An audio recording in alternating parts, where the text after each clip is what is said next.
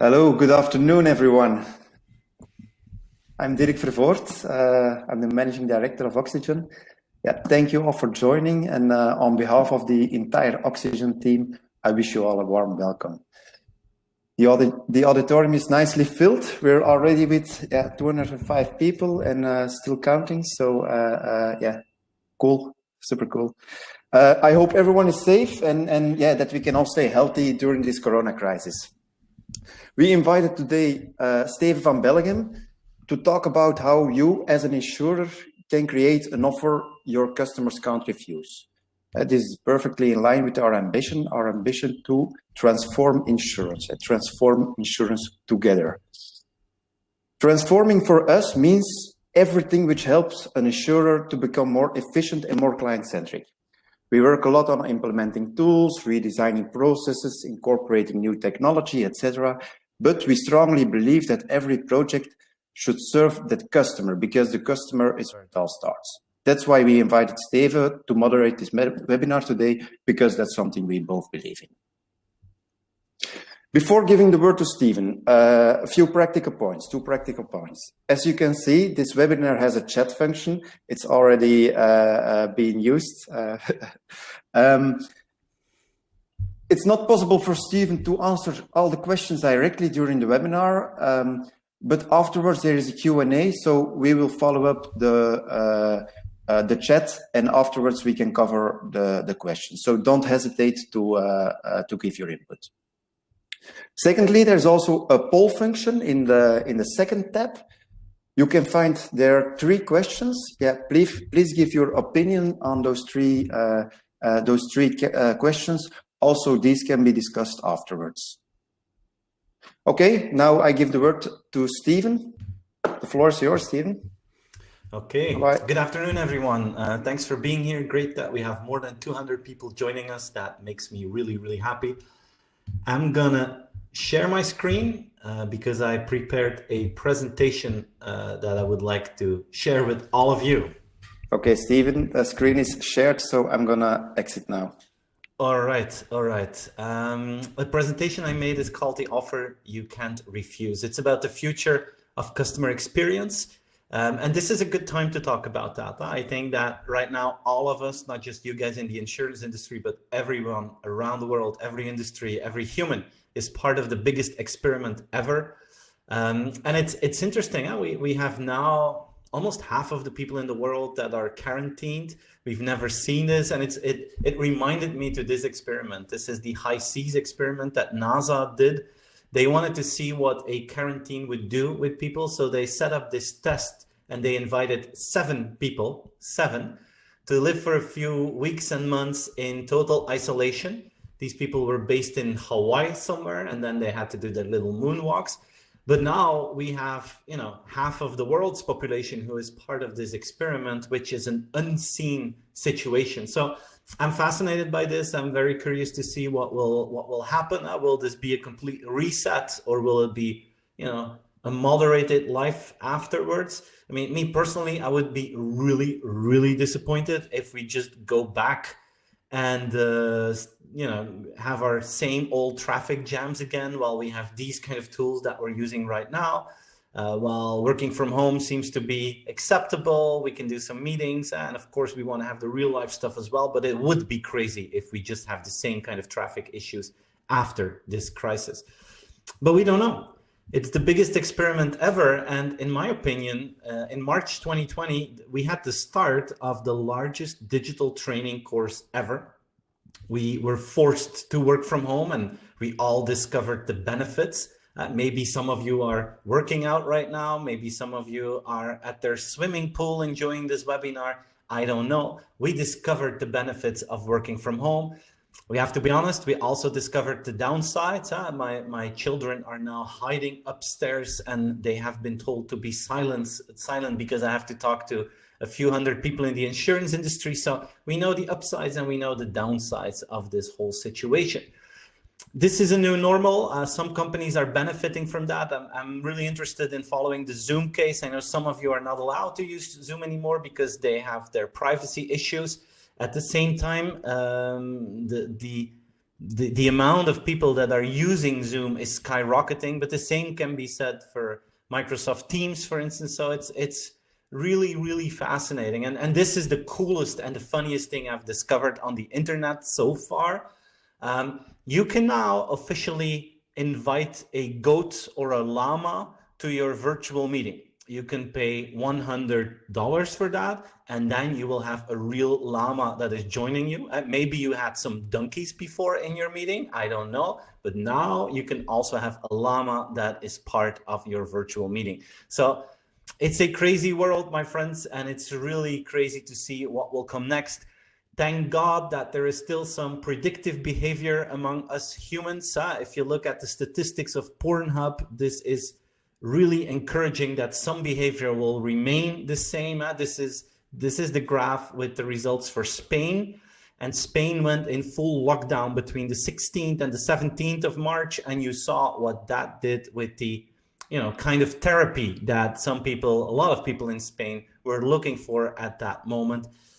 And some people exaggerated with that as well. So thank God for human behavior. We can do crazy stuff, but we also seem to be reliable in other things.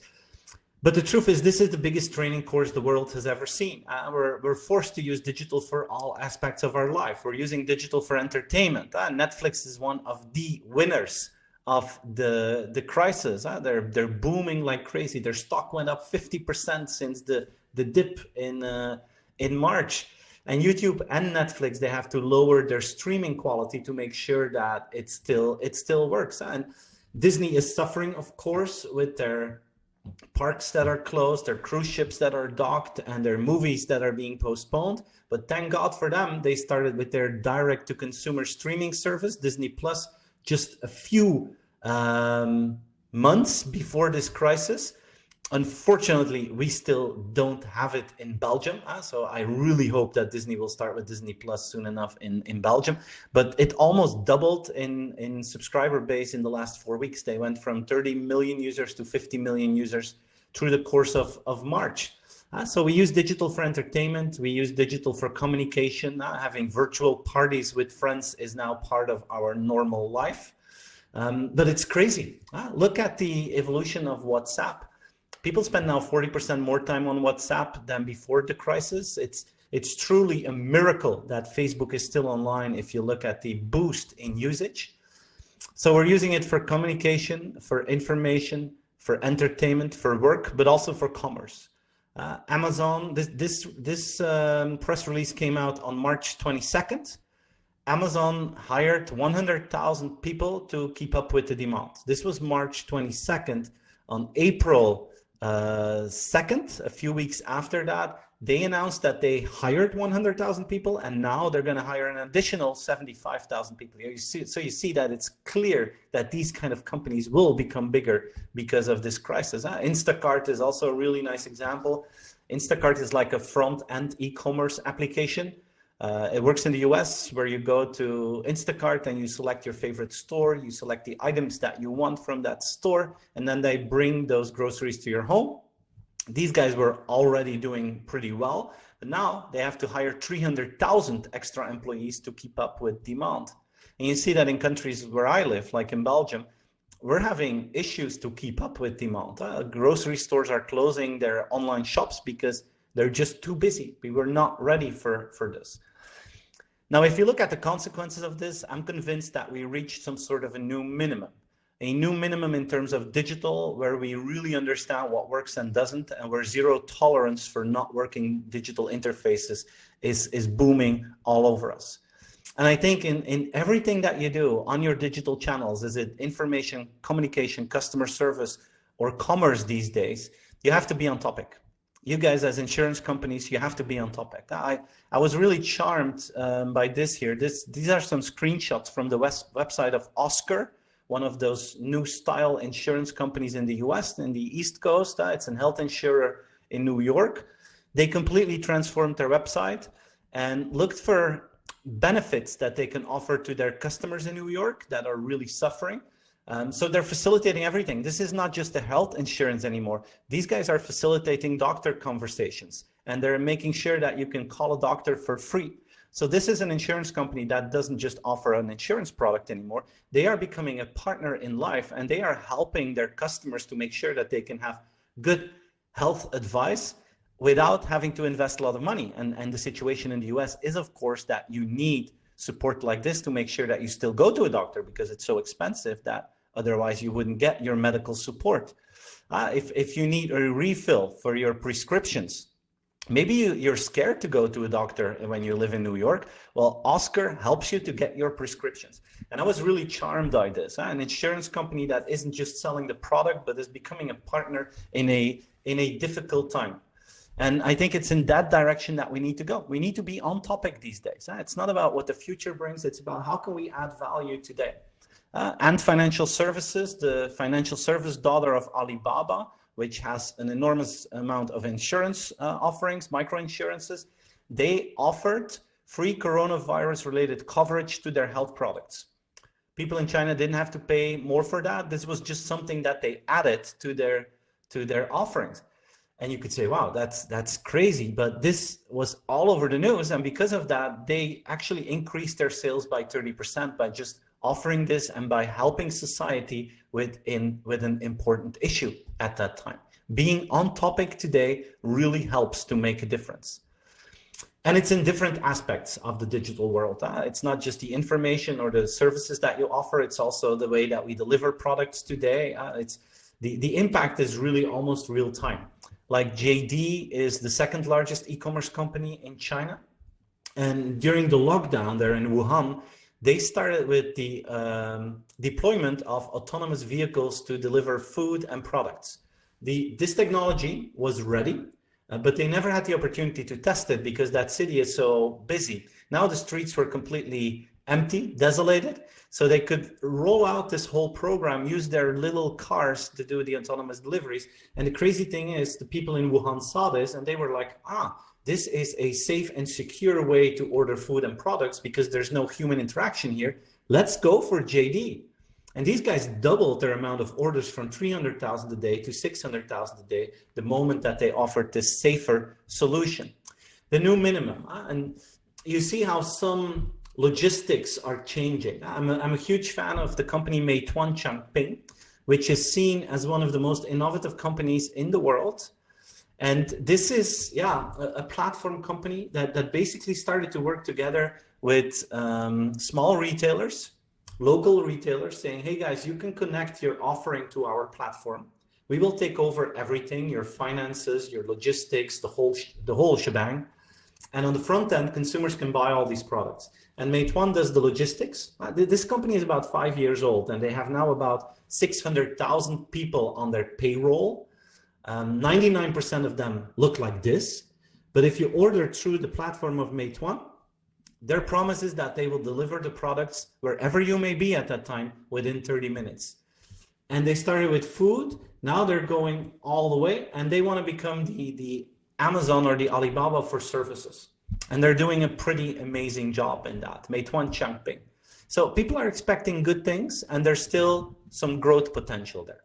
Like, my wife is a huge fan of Nespresso, and she asked me a couple of weeks ago, she actually also asked me this weekend to reorder some coffee. And of course, I always do that with a lot of love and enthusiasm.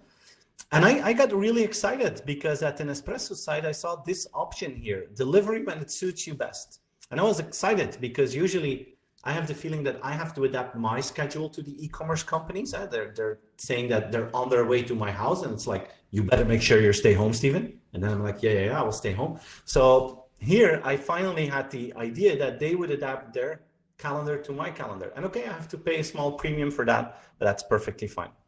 So with full enthusiasm, I went to the next page, and these were the options that they gave me, selecting the moment that was best for me. And the option was, do you want us to come between 8 in the morning and 6 in the evening on Thursday, or do you want us to do that on Friday? And I was like, okay, guys, I will take a day off so you can do the coffee delivery to my small little village here in East Flanders in Belgium, so that you don't have to worry about that. And I often have this feeling, it looks great, and then bam, the whole thing breaks. And this is an opportunity that we will have to grow into, because digital is becoming the norm. And technology has brought us here today. Thank God that I can speak to you from the exotic village of Knesselare in Belgium, and that we don't have to travel because that's not allowed, but still we can do these things thanks to technology. So that's fantastic. And the whole idea of digital convenience is not just a digital thing, it's also coming to the offline world. Like Amazon has these grocery stores that are called the Amazon Go stores. You probably heard of them. It's a fantastic concept, especially now. You walk in the store, you take what you want, then you walk out. You don't have to do the waiting in line thing. You don't have to do the payment. Everything is fully automated. You don't have to scan anything. You just grab your product and you leave. Fantastic, completely safe, and of course, completely convenient. Well, a week before the crisis, Amazon actually opened this store, the Amazon Go grocery store in Seattle. And this is a full-scale, large-scale grocery store, like any big grocery store that you know. Until now, the Amazon Go stores were small convenience stores. These are large-scale supermarkets, but with the same technology. You can take what you want and you walk out. You don't have to pay, you don't have to wait in line. So imagine the potential of these stores today in a world of social distancing where you don't even have to wait in line. So suddenly this becomes even more relevant than before. But the underlying trend that you see is that people are moving into a world of less efforts. And if I look at the interface of the future, this is what I see. If I think about the insurance company's interface of the future, this is what I see. Invisible interfaces that are fully personalized with zero efforts and proactive. If I have a car insurance and something happens, that car has to warn you guys. You have to know that something is wrong. You have to know how bad it is. And proactively, I will get support to take care of my claim with the least potential effort possible from my end. Those kind of interfaces is what we need to look into. The whole evolution to Internet of Things and artificial intelligence will help you to better understand what is happening in a house or a life of your customers so that you can proactively, invisibly, fully personalized, and with zero effort offer value into my life. This is the future of digital interfaces for the insurance industry. And I think one of your challenges is to make sure that you are going all in terms of transactional optimization. And the reason is that we have this large-scale digital training course that is happening right now as we speak, but also the fact that those big technology companies, they are really good at that. And we're all talking about buying local and the whole thing, which is cool, and we do that. But the big winners until now are the big technology companies. And this is basically what an Amazon-like company wants to achieve, what you see here on this slide. They hope that as many transactions as possible will happen through their channel. And this has an impact on brands. Imagine that I say, hey, Alexa, hey, Amazon, I need Colgate toothpaste. Then you're in that yellow scenario. And in that yellow scenario, that is fantastic. Then you will get Colgate toothpaste. But the question is, what will happen if I say, hey, Alexa, I need a travel insurance? Will I get Amazon branded travel insurances after a while? Or will your company be the green one that has a broad scale set of reviews available online so that Amazon knows that your product is really good, so that Amazon drives you through the filter and proposes your insurance to me? Or will you be the red company that doesn't seem really good in terms of price quality based on the data that is available for you? So they filter you out. They make your insurance offering invisible for me, your customer. These are potential scenarios about how we could buy products in the future. And for me, this is the biggest urgency ever, to invest more in direct relationships with customers and to make sure that your brand becomes more aware and more loved than before. Look, if you look at the future of commerce and the way that we will buy things, there are two scenarios. The scenario on the left is how the Amazon and Googles want to move forward. The scenario on the right is what is relevant for you guys. How can we create value for our customers? I know that many of you work with in-between channels, with agents and so on. Question is still, how can you guys deliver value for the end customer? At the end of the day, it's about creating value for the end customer that will really define how people will buy and if people will buy your product. So we have to go for this scenario on the right, where we offer so much value in a direct relationship that people just ask for our insurance products and services. This is going to be an important mindset for the next few years. And the way to get there, or one way to get there, is transactional optimization. The new minimum in digital is here, and it's my assumption that it will stay with us. But one of the strange consequences is if digital convenience becomes the norm, and if we stretch it a little bit and it becomes more automated and more invisible, at the end of the day, it becomes a commodity. It is something you need, but it's not something that allows you to differentiate from your competitors. If you don't have it, you're in deep shit. If you do have it, it's not differentiating you. It's becoming a commodity. So the question is, what comes next? What is the new kind of customer expectations that we need to look into? And I'm convinced that we're moving into a world of customer expectations beyond convenience, where people expect more than just digital convenience. We live in an age of bucket lists, dreams, and extreme personal challenges. And let's be honest, many of those dreams have been destroyed in the last few weeks for many people. And maybe some people were training for a big marathon in New York or Boston or Japan. That won't happen this year. So that's a big disappointment. So those bucket lists are being destroyed for many of us. At the same time, we have many people who live from paycheck to paycheck. And probably we're going to have more people like this after the corona crisis. Many people will have financial worries after this. So this is going to be a challenge. And it's from that perspective that it's sometimes interesting to look at the offering of some companies. Maybe Aldi and Lidl are not just discounters. Maybe Aldi and Lidl are companies that are helping their customers to reach the end of the month in an easier way, or to make sure when it's nice weather that those families can have a really cool barbecue without having to suffer financially from that. So we've spent a lot of time the last few years about talking about our purpose.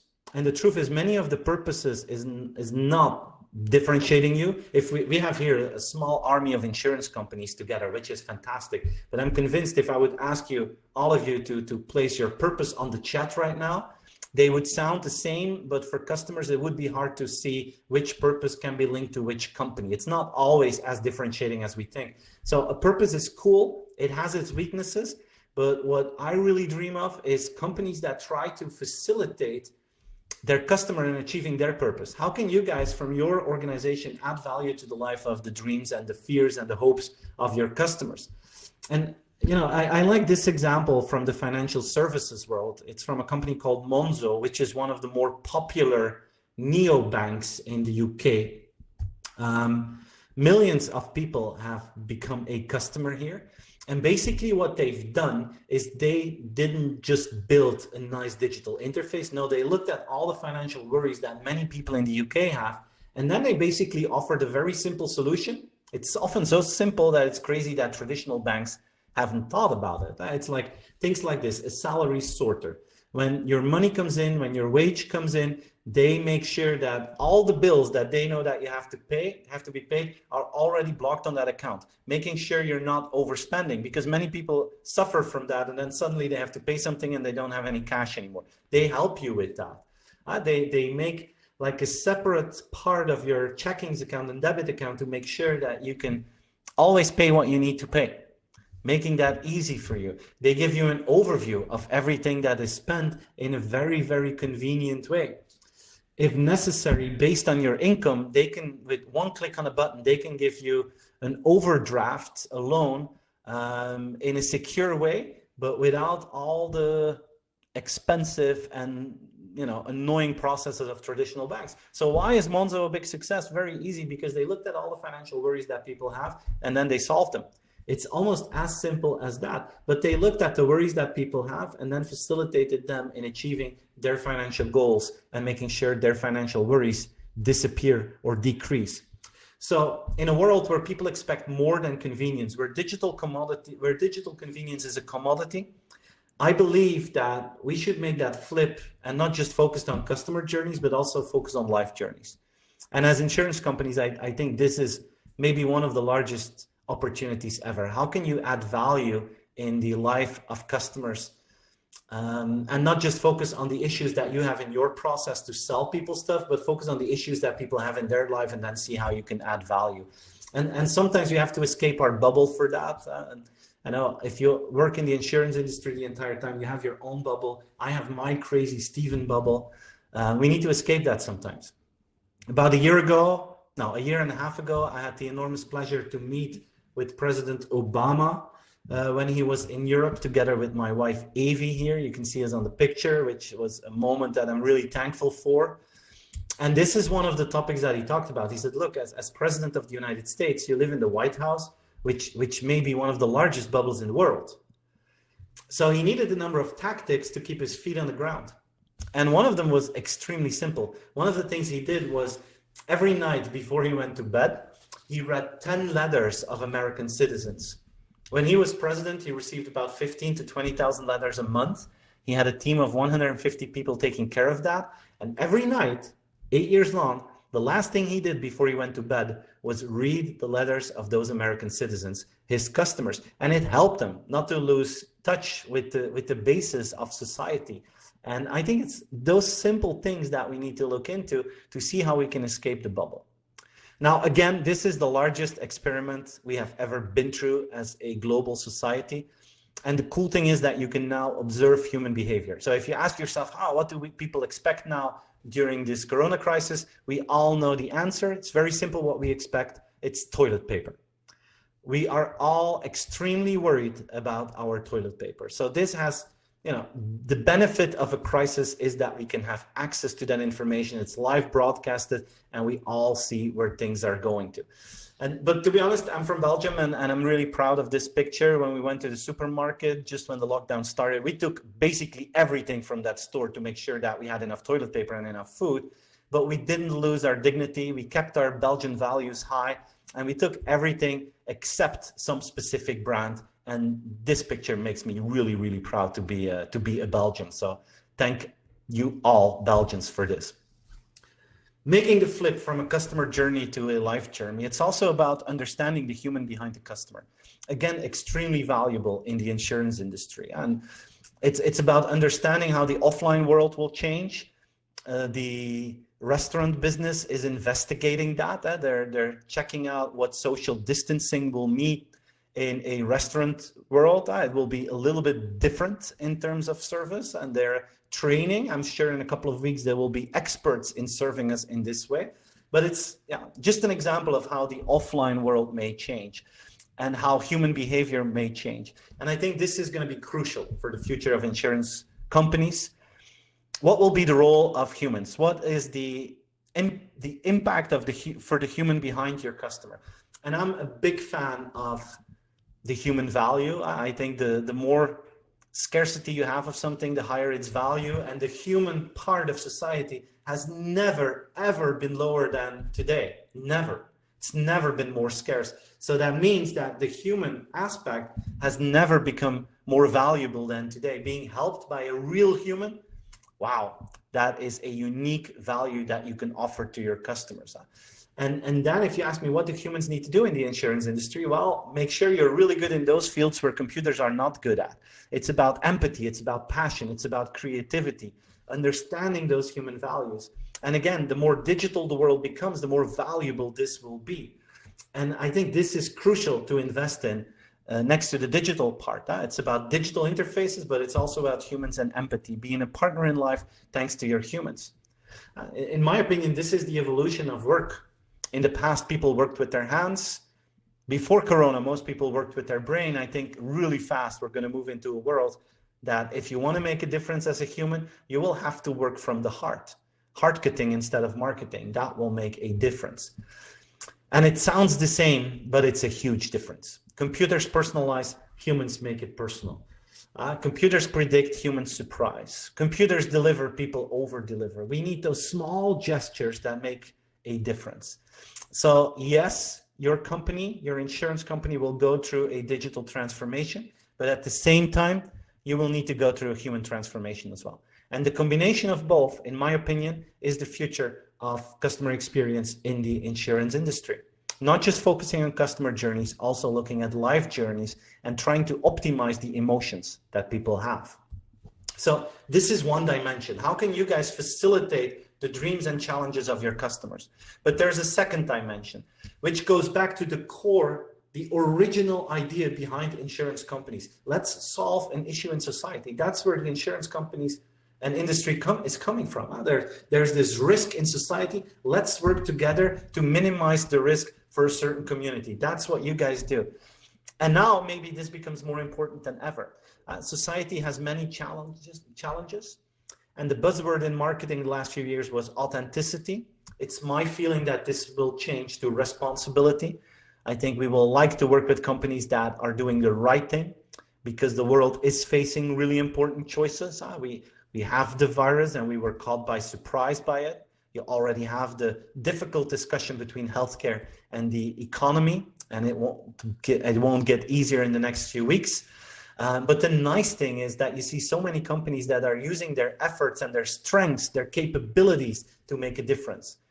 LVMH was the first global brand to use their capabilities to make hand sanitizers. Many big companies all over the world joined in that movement. Coca-Cola stopped with their advertising in the Philippines, but used all that budget to support the weakest communities of that society. We have the Belgian company Materialize that makes 3D printed door openers available for free. This week, Lego came out with something that they are going to build safety equipment. So Lego is now making 13,000 face visors a day, face mask, protection masks, to help the healthcare workers. They completely transformed their factories to make sure that they can do it. But it's so cool. I mean, those face visors that they're making, those face masks, they are based on the face masks of this minifigure. That little mask that you see here is exactly what they're making now for healthcare workers. And the really cool thing is, if you receive it in the hospital, you still have to build it yourself with 2 or 3 clicks. So they're using Lego mentality, Lego design, and the Lego philosophy to help healthcare workers. I mean, when I saw this, it made me extremely happy. I love these kind of things. But we have challenges, and we need companies to deal with that. Consumers expect more these days from companies than from the government to do the right thing. Climate is not gone. Climate issues are not gone because of Corona. They are still here. And we still have many, many other challenges, global challenges, important choices that we're facing. And organizations can make a difference here. So this is the second dimension. And for customers, the biggest worry is that today, if you buy something, if you go into a partnership with a company, sometimes it's still a trade-off. Sometimes you have to choose between convenience and privacy. Sometimes you have to choose between buying cheap products versus products that were created in an ethical way. We have to choose between the planet, doing well for the planet, and choosing for my own personal freedom. And I think that we're moving into a new phase. We're at the beginning of a new decade. It started a little bit weird, but I'm optimistic about the future because we have technologies that go beyond convenience. The past 10 years were about 4G, social media, and mobile. The next 10 years are about artificial intelligence, 5G, quantum computing, and robotics. If we would have had those 4 technologies today, and I mean, if they would have been here in a mature way, we would have solved this crisis in a different way. We would have remote healthcare thanks to robotics and 5G. We would have quantum computing looking into the molecules and making a vaccine and medication for Corona a lot faster than today. And AI would help us in many, many ways to automate the part of the healthcare process. 4 general purpose technologies that can make a difference. They are all 4 at the beginning of their development. Probably 10, 15 years from now, they will be mature like mobile, social, and 4G are mature today. They have the potential to offer services that go beyond convenience. And we're at the beginning of this phase, the beginning of this curve. And the question is, what will the second half of the curve look like? What could these technologies do for the insurance industry? That's a very interesting exercise to deal with. It's my point of view that these technologies will help to remove the trade-off, or at least to decrease the trade-off. Let me give you one example. Today, we often have to choose between the planet and our personal freedom. One of those choices is about food. Personally, I'm not a vegetarian. I like meat. I like the taste of meat. I like the smell of it. So I'm a meat lover. I don't exaggerate in it, but I like to eat meat. But I also know that it's bad for my personal health, and I know that it's bad for the environment. But there's a trade-off here today. What if you start to see companies like Impossible Burgers, like Beyond Meats, like in Belgium, Greenyard Foods, that create plant-based meats that are not targeting vegetarians, but are actually targeting meat lovers like myself to create a product that has the same texture, the same smell, the same taste as meat, but it's created by plants in the lab.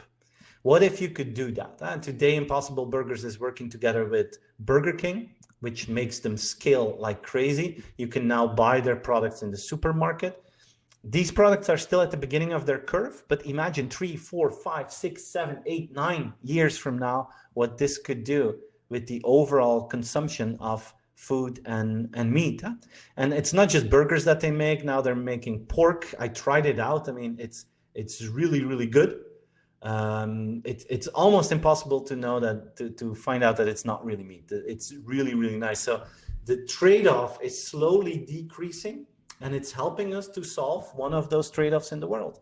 And we're going to see more of that. And those technologies can help with that. And consumers will expect companies to go beyond trade-off. This is going to be part of our new customer expectations. It's about solving my dreams and challenges, facilitating me in achieving my dreams and challenges, but also taking care of the challenges of the world. Making that flip from just customer-centric, from customer journey thinking to life journey thinking, and from authenticity to responsibility. And if you have good digital interfaces in combination with these two dimensions, that's how I describe the offer you can't refuse. Combining the personal challenges, global challenges, perfectly working digital interfaces creates an offer people can't refuse. How can you build that?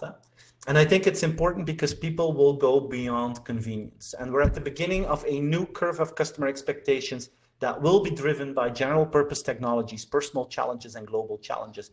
We're at the beginning of this curve, and this is an opportunity to create this evolution in all of your companies. How can you build that?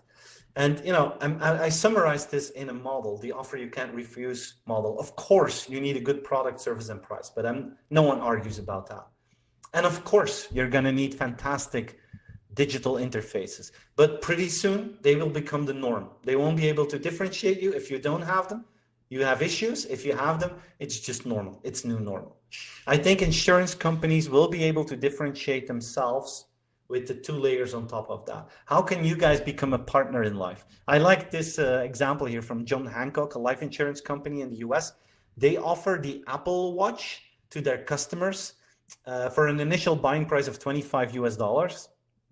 Apple Watch is about $500 US when you buy it, or 600, I don't really know. And then you pay every month a small amount. But you don't have to pay them if you do a small physical workout every single day. So if you take care of your health, you get the Apple Watch basically for free. I know some of you will be thinking, oh, our customers, they will take advantage of that. We can be all very creative in making sure that we don't have to pay the insurance company. But, that's just mental fate. Probably 5% will take advantage of that. But for all the others, you're actually creating a win-win. You're improving them or you're motivating them to improve their health. You're becoming a partner in life of health. And you have healthier customers as an insurance company, which is something that all of you like, of course. And then you keep on building. Then you add the top layer, change the world together on that. And I want to give you this example. This is the last example of my talk. It's from Centraal Beheer, a very well-known insurance company from the Netherlands, part of the Achmea group. And I really like them. I'm fond of them. I work together very often with them. And their goal is to have a net promoter score of plus 50. I don't know what your net promoter score is. I know that many insurance companies are suffering to get a nice net promoter score. So they're going for plus 50. This is like companies like Coolblue or companies like the Efteling that they want to look into as an example. So I find that really exciting. And I talked with them about that. If you want to see my full conversation with Centraal Beheer, it's on my YouTube channel. You can see half an hour long talk that I had with their CEO about their plans and their way forward in achieving this. But the really cool thing is that they're going through a major transformation. They don't just want to sell a product anymore. They want to become a partner in life. They want to become a partner in living. And this is one of the things that they do. On their website, you can now get solar panels. And you can say, well, why would an insurance company sell solar panels? Well, the truth is, as an insurance company, you have a lot of data about solar panels. You guys know how many claims companies have or individuals have about solar panels. You know who the really high quality installers are and who are the low quality installers. You guys have a lot of data about this. And Centraal Beheer, they knew that a lot of people in the Netherlands that they want to have solar panels, but they also see that as an issue.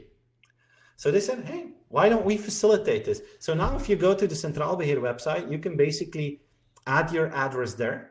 And then in the most simple and easy way, you will get a proposal. And they also install that on your roof or in your garden or wherever you want to have them. And that's part of their new offering. And this is part of their new mentality.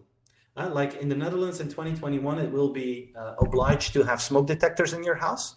As an insurance company, you can send a letter to your customers saying, hey guys, it's going to be obliged to have a smoke detector. Think about that. What Centraal Beheer does is send people a letter, say, hey guys, you need a smoke detector. Shall we install that for you? Then we'll take care of all the worries. And then you're also absolutely 100% sure that it's in line with the standards that we need in the market. They have something that they call klushulp. This is like an Uber for chores. When you need, it's an app, and when you need to change a light bulb in your house, you just push a button, and the same day they send someone to your house. The network of experts that they have is being used to send someone to your house. Cool thing is, this is not just something that customers can use of Centraal Beheer. Everyone can use it. And they know that 60% of the users of this app are non-insurance customers of Centraal Beheer. So a number of things are happening. They are becoming a partner in life. They are offering more value. They are reaching out to non-customers. This is a new business line that brings in money next to the insurance products. So it's a full transformation that helps them to become a partner in life. And also, you know, if you install solar panels, you're also dealing with the energy issue that people have in the planet. So you see how slowly, but with a lot of vision, Centraal Beheer is climbing this ladder here to create this offer people can't refuse. And for me, this is so inspiring to see an insurance company that really is dedicated to this and is dedicated to make their clients happy by climbing this model. For me, that's very inspiring. I'm coming to the end of my talk, and I'd be happy to take some questions afterwards, but I want to add one more thing. I'm sure that all of you are familiar with the movie Aladdin from Disney. You know how it works, right? You find a lamp, you rub it, and then a genie pops up. And then you get 3 wishes. And what I'm very curious about is what your first wish is. And I know it's strange times, but I'm really curious what your first wish would be. I've tried this out in real life hundreds of times, and it's always the same. So what is your first wish? Would you ask something for yourself? Or would you choose something for your children, friends, or family? Or would you solve a world problem? I don't know. Maybe many of you would solve the corona crisis right now as a first wish. That would be my wish right now. But I can tell you, if you do this in real life and you ask people what their first wish is, I can guarantee you 95 to 99% chooses something for themselves or their family. It's only a very, very small minority that solves a world problem. Is that an issue? Should we be embarrassed about that? No, we don't need to be embarrassed by that. It's just how we are as humans. And that's something we need to take with us when we build the offer you can't refuse. This model only works in one direction. It works from the bottom up. That's what is frustrating for many NGOs. They're like, hey, Stephen, we're changing the planet. We're saving the planet. Why isn't it working? Well, because your digital interfaces are probably not good enough. It works from the bottom up. Customer first, planet second. And if you build it like that, you can actually make a huge difference in the life of customers and in the entire society, creating the offer people can't refuse. I'm reaching the end of my story, and this is what I wanted to share with you guys. I really believe we're at the beginning of a new curve of new customer expectations that go beyond convenience. where as organizations, we can really mean more in the life for customers, and we can have a bigger impact for the total society. And if we create that, we can actually make a difference. So my question to all of you is, how high are you in this pyramid? Where is the insurance industry in this? Are you still an industry that is product focused, or are you also already thinking in partner in life? I know many of you are thinking about this. I had the pleasure to speak for many of your organizations already on other events. So I know that you guys are working on this. So I'm very curious to see how fast you can climb this pyramid and how you can work your way up. And this is my final slide, everyone. My invitation to all of you: dare to dream about the future of the insurance industry. Dare to dream about what the perfect customer experience would look like, and then reverse engineer it and start building that future yourself. There is absolutely no need to wait for others. The future is unwritten, it's undefined, and all of you have the potential to define what that future will look like if you act today. I wish you a lot of inspiration and a lot of luck with that. I really hope to see the offer you can't refuse being created in many of your organizations. Very happy to tackle some questions. If you would like to see more of me, please follow me on Instagram or YouTube or LinkedIn or Twitter. I would be very, very happy to welcome you there on all of these platforms and to continue our conversation there. I'm going to ask Dirk to join the conversation again. And very happy to tackle some questions. And I really hope this was a valuable 45 minutes for you in your busy schedule during this Corona crisis. Thank you, Steven. And no, this is not Dirk with a new face. I'm Christophe. Dirk has some connection issues, so he will be joining us later on. Christophe, yes. I will try to replace Dirk as good as I can. We saw in the chat that we had some questions. Perhaps the first one, Steven, was about the role of the broker in the model you sketched with the AI from Amazon. How do you see the role of the broker in that kind of system? Well, the broker is going to be extremely valuable in the human part. I think the broker has to make sure that all service that they offer is proactive, personalized, zero effort. If you have a broker that still requires a lot of effort from a customer, then that's going to be game over. If you look to the Amazons and the new companies in insurance, they all go for digital. They go for digital perfection, and that can be really valuable for certain products. I think in 95% of the questions I have towards an insurance company, they can be done fully automated, but there's also this 5% where I want to have a human. I mean, if you have a small car accident, you want to have it digital. You don't need a broker. When your house burns down or someone dies in your family, or when someone really gets ill, you don't want to talk to a machine. You want to talk to a human. And at that point, I think the brokers need to position themselves as a lifeline when things go bad. It's not for the day-to-day things that you need a broker. It's for the lifeline when things go bad. And I think that should be their positioning. And they should also think about how can they make life easier in a digital way, but also how can they make a difference in a human, and don't just take it for granted that they still see humans. Yeah, I totally agree with that one. The second question was how, based on your insight, what could be the impact on travel and travel insurance with the current crisis with Corona we have? I don't know. It's based on what governments will decide and all those things. I travel a lot. Usually I take 3 flights a week to speak to companies all over the world. So today I'm grounded here. So this is also something that really worries me. The thing that I've seen is that my travel insurance, I thought I had the best state-of-the-art gold and platinum travel insurance package deal that is available in the world. Every question I ask now regarding to my travel, both personal and business related, the answer was always, we can't help you.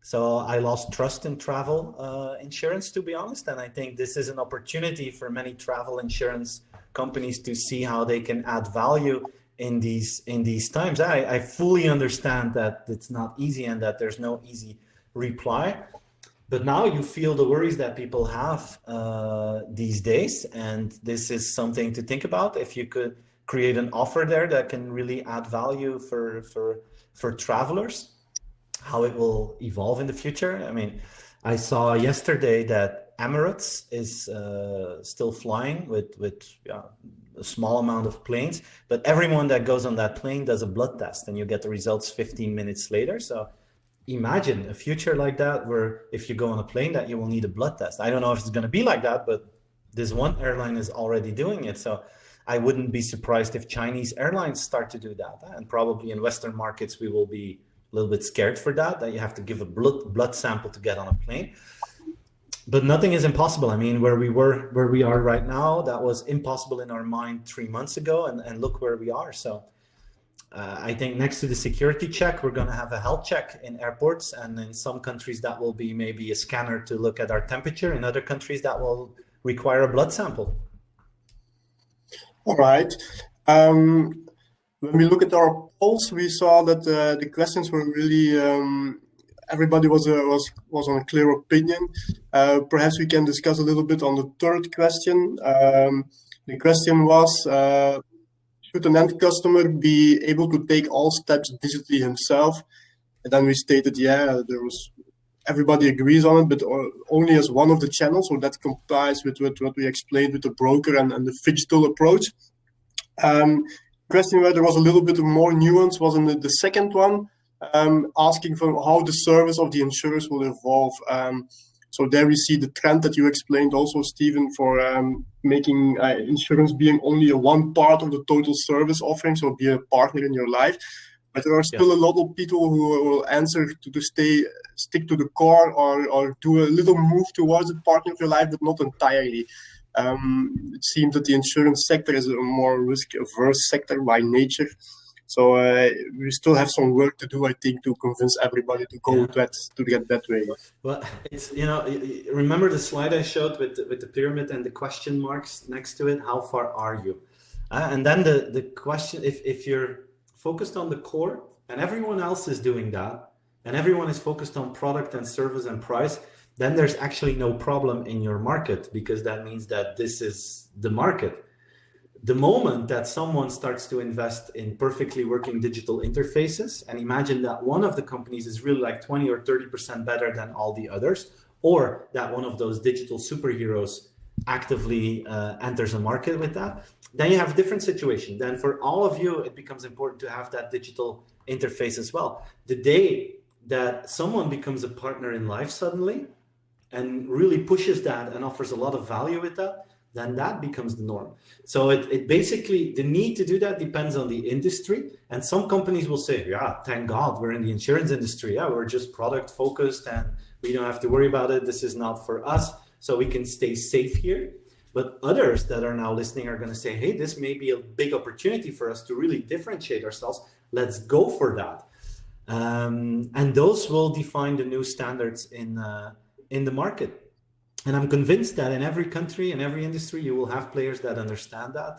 In the Netherlands, you have Centraal Beheer, but a smaller company like ZLM is doing that as well. You see how Interpolis is trying to move forward. So you see in the Netherlands that there's already more maturity towards that model, although that Centraal Beheer is really going extreme there.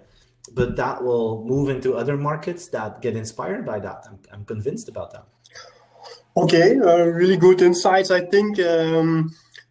I propose that we take it to an end here. Many thanks, Stephen, for your insightful explanations of everything we can do to create more digital insurers and then how to attract these people. To all the listeners, because there are some problems with the screens apparently, we will share the content of this webinar entirely and also your questions on the Oxygen website in the coming days. So don't hesitate to re-see it on this medium.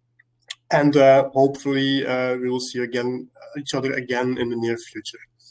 Bye, everybody. Okay, let me know what you think, guys. Did you like it? Did you dislike it? I would love to hear your feedback. When I speak to a room of people, I can read that from your body language. So now I really hope to get some feedback here on the chat or through social media. Just let me know. Would love to hear your thoughts of what I just shared. Okay, let's end it here. Everybody, good evening and stay safe in these scary times. Bye. Bye-bye, everyone.